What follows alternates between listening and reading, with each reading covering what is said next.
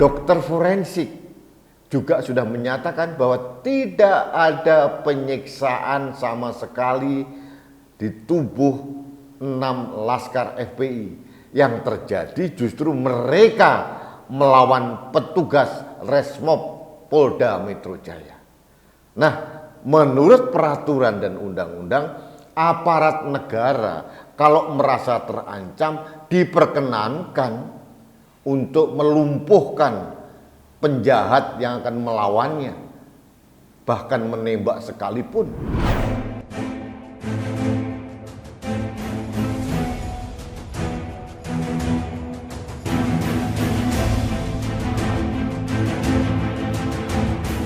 Beliau membuat Maulid Nabi Muhammad, bergembira, bersyukur, bersukacita dengan Maulid Nabi Muhammad SAW, tetapi beliau malah dipenjara. Beliau malah ditangkap, saudara-saudara. Beliau ditangkap, beliau dipenjara.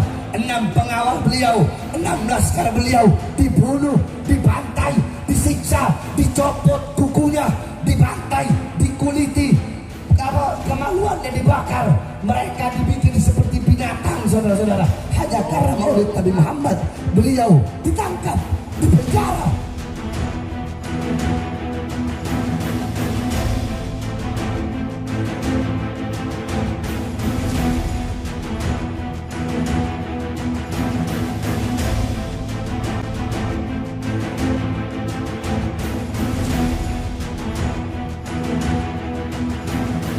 Halo sahabat Indonesia, kita bertemu lagi dalam Opini Rudi. Sahabat Indonesia, tanggal 3 Januari 2022. Ini hari yang mungkin tidak akan dilupakan oleh preman yang berjubah dengan menjual agama. Namanya Bahar bin Smith dan pengacaranya. Karena apa? Karena tanggal 3 Januari 2022 dia dipanggil Polda Jawa Barat dan mereka begitu yakin gitu. Kita lihat kan tampangnya Bahar masuk di Polda pakai kacamata hitam, kemudian seolah-olah dia itu adalah pahlawan nopo pret. Mereka yakin bahwa dia diperiksa oleh Polda Jawa Barat terkait dengan ujaran yang dikaitkan dengan Kepala Staf TNI Angkatan Darat Jenderal TNI Dudung Abdurrahman. Nah, ini yang disiapkan oleh Bahar dan pengacaranya. Ternyata mereka terkecoh, mereka kalah strategi oleh Polda Jawa Barat. Ternyata bukan masalah Jenderal Dudung yang diperiksa, yang dipermasalahkan, dan yang membuat dia jadi tersangka dan ditahan. Lalu masalahnya apa ya? Nah, rupanya Bahar ini tidak antisipatif, terlalu percaya diri, atau mungkin terlalu bodoh gitu ya. Ternyata materi pemeriksaannya Bahar bin Smith ini terkait dengan ujaran kebohongan atau hoax yang disampaikan oleh Bahar beberapa waktu yang lalu terkait dengan penyiksaan 6 laskar FPI di KM 50 di tol Jakarta Cikampek, yang kata Bahar yang di video tadi kan kelihatan toh, katanya disiksa, kukunya dicopotin, buah jakarnya dibakar, macam-macam, seolah-olah laskar FPI ini pahlawan yang disiksa.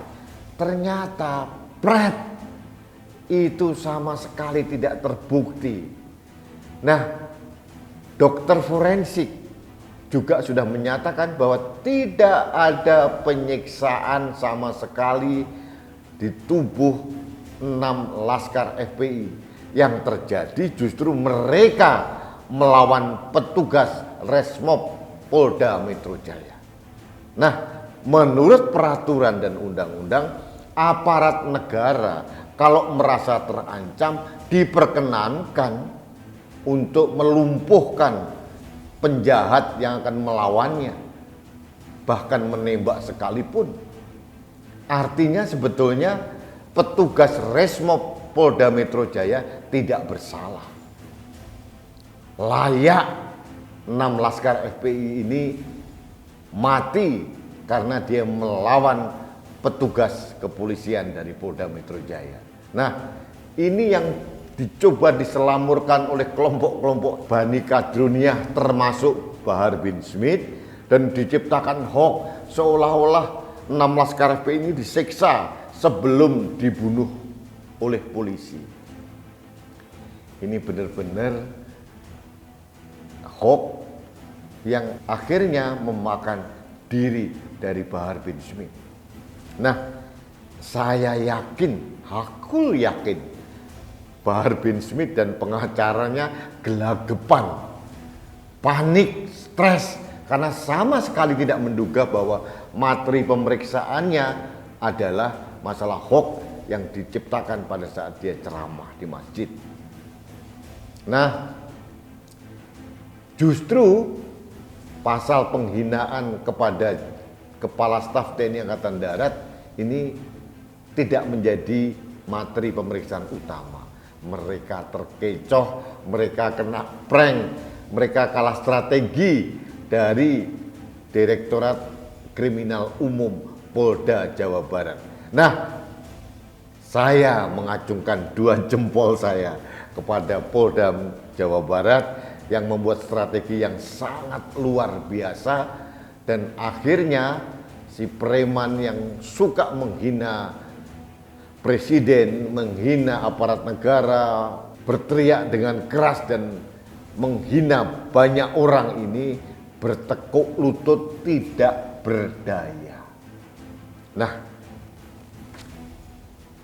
saya menduga keras bahwa penjara akan kembali terbuka lebar untuk Bahar bin Smith, karena bukti-bukti dari Polda Jabar secara awam saja terlihat sangat meyakinkan bahwa memang benar Bahar bin Smith menyebarkan hoax dan menghasut rakyat.